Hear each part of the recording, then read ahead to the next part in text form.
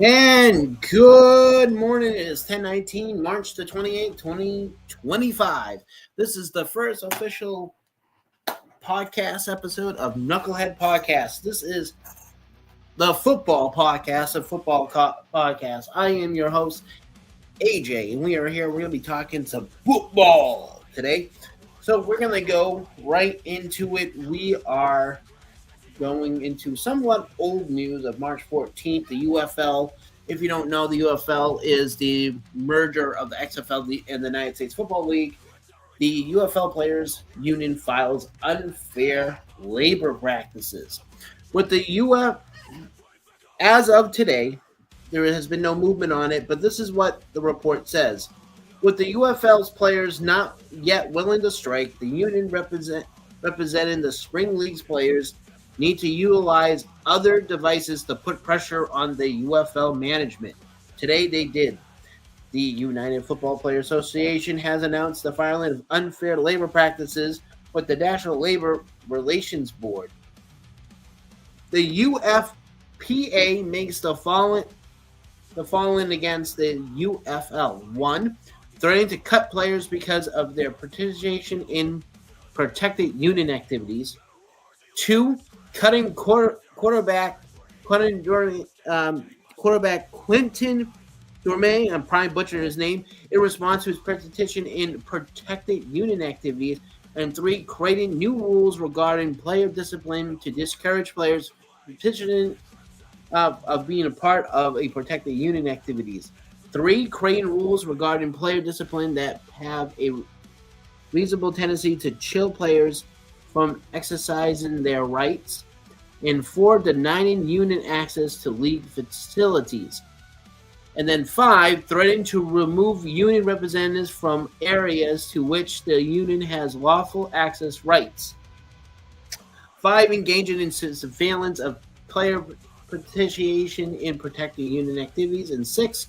Creating the impression of surveillance with respect to player position in protected union activities. And 7 is threatening to discipline players because of their activities in protected union activities. Okay, so basically all this is just them stating that I'm going to skip through it because it's just everything against union activities. It doesn't go into extreme details of what these union activities are.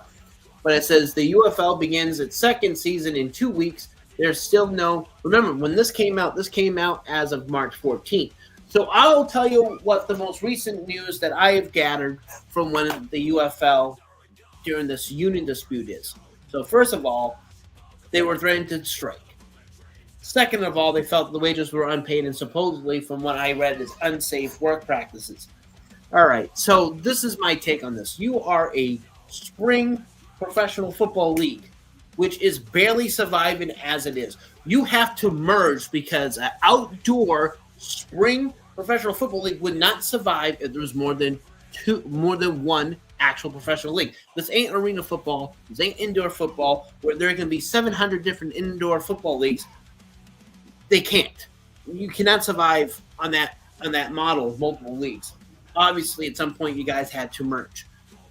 The problem I have is these players don't comprehend that this league is not making as nearly as much money as they believe they're bringing in. It's not true. The UFL is not a multi-billion-dollar league. It's not that. It'll never be that.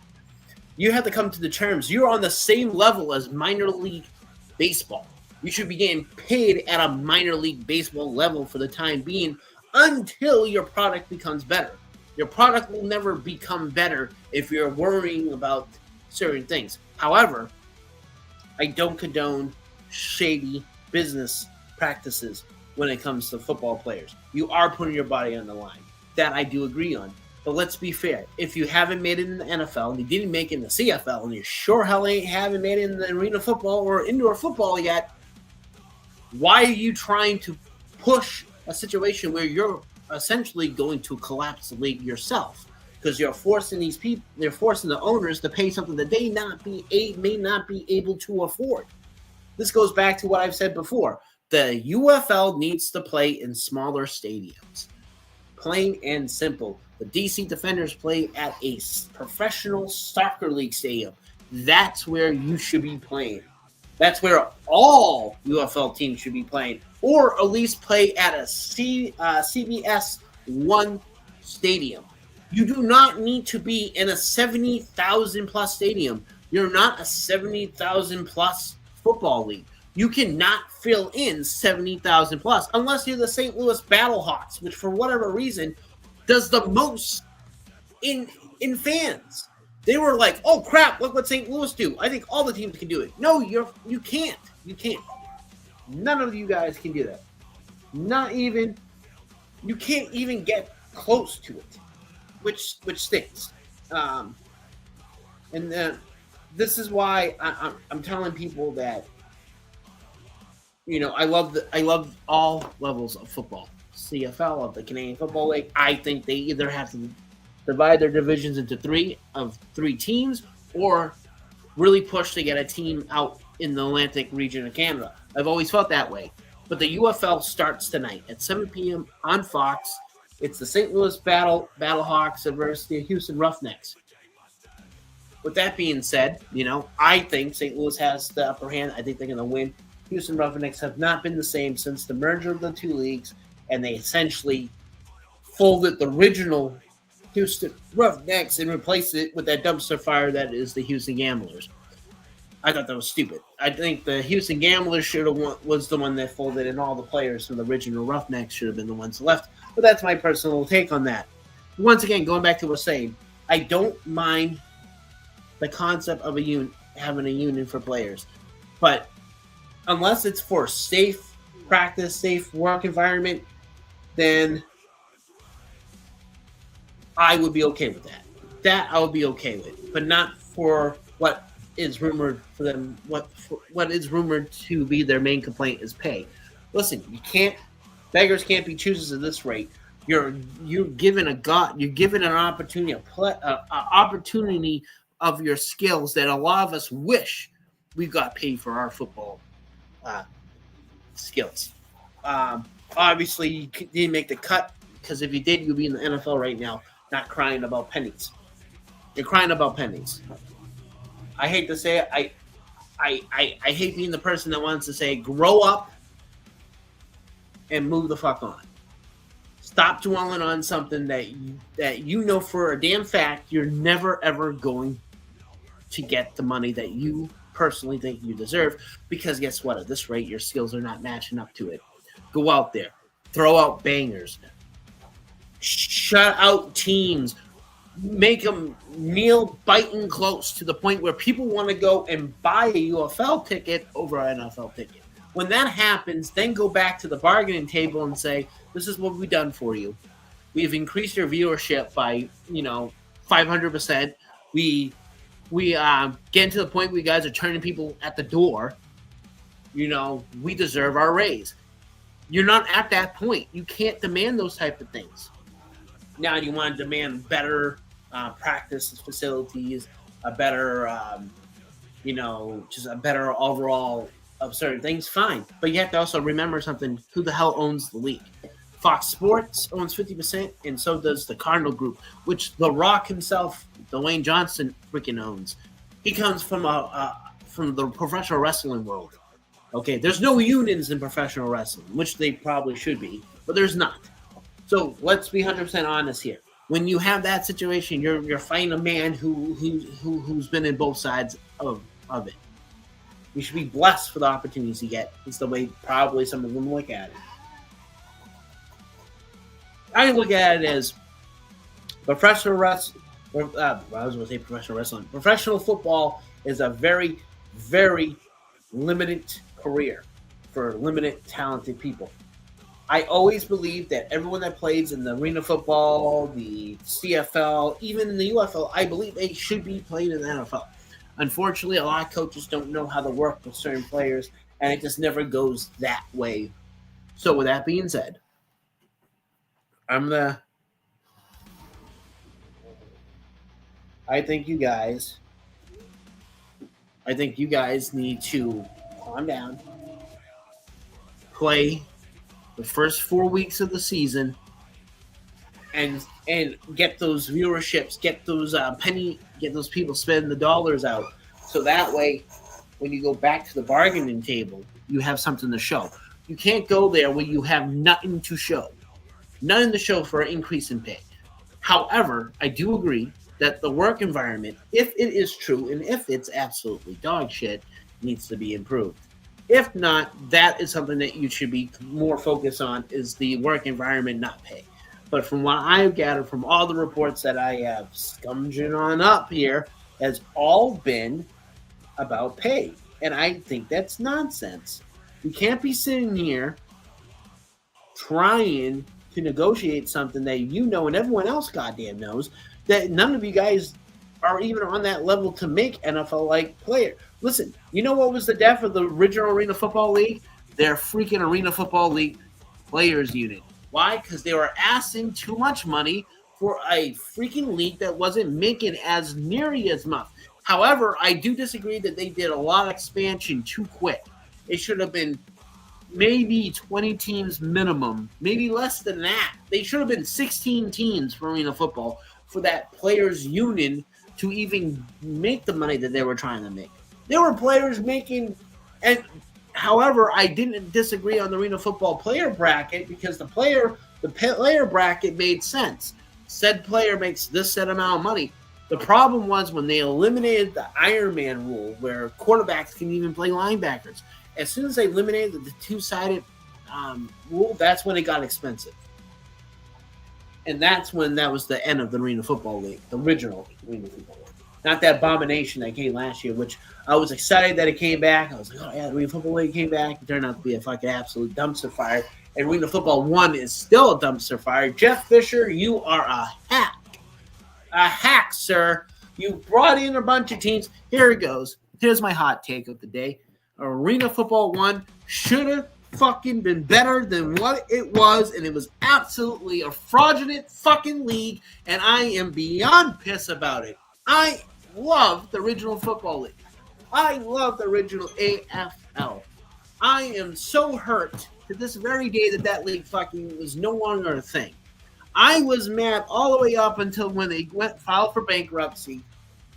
Jeff Kurtz fucking gets them from bankruptcy, brought them back, and left them in the worst state that they were already fucking in when they went into that fucking bankruptcy case.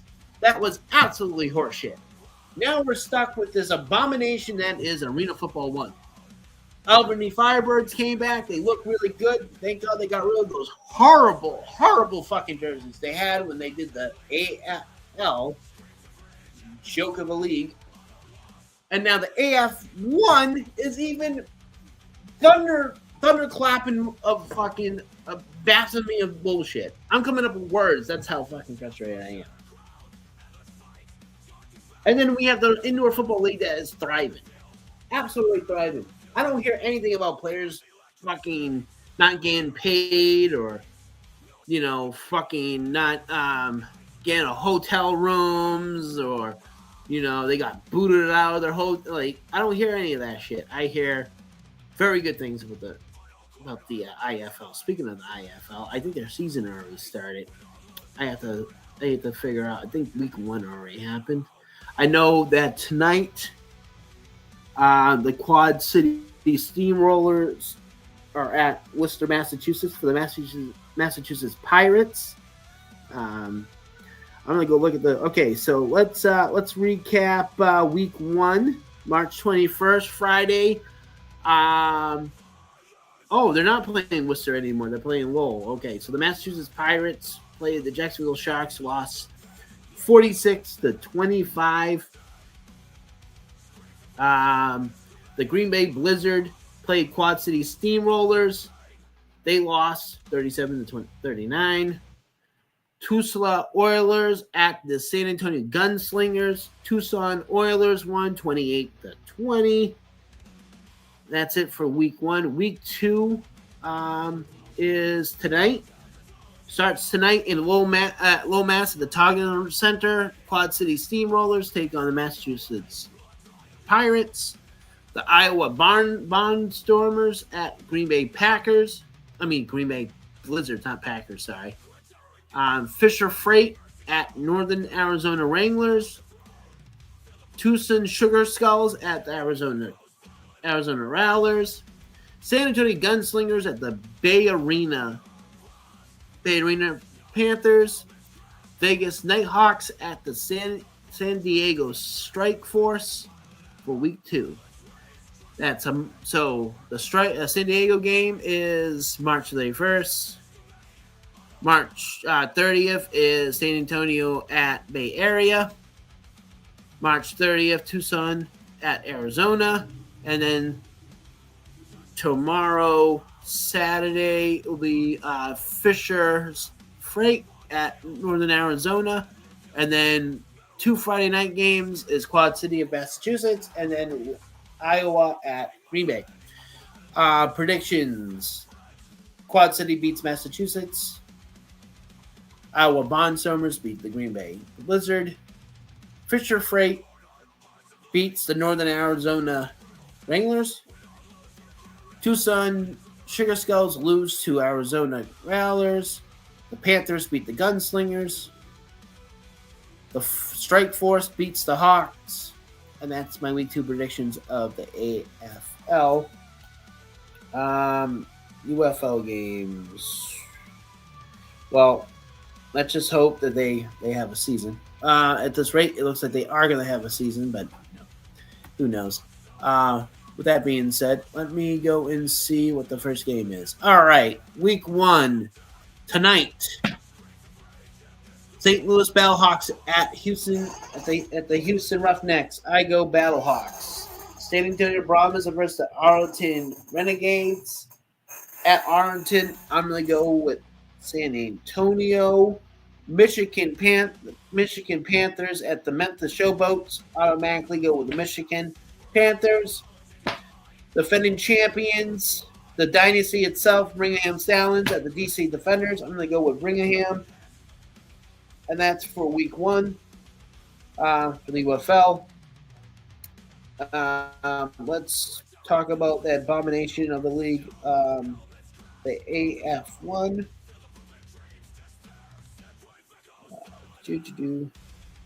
AF1 also gives me a AF1 stickers. That was not what I wanted. Oh, there it is. Arena Football 1. Okay, so let's go with schedules here. Schedule and scores.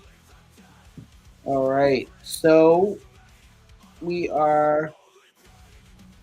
All right, this is week 1. Let's go to scores. All right, so week 1. Well, they call it week 0 was the Nashville Cats and Storm. Cats losing 40-26.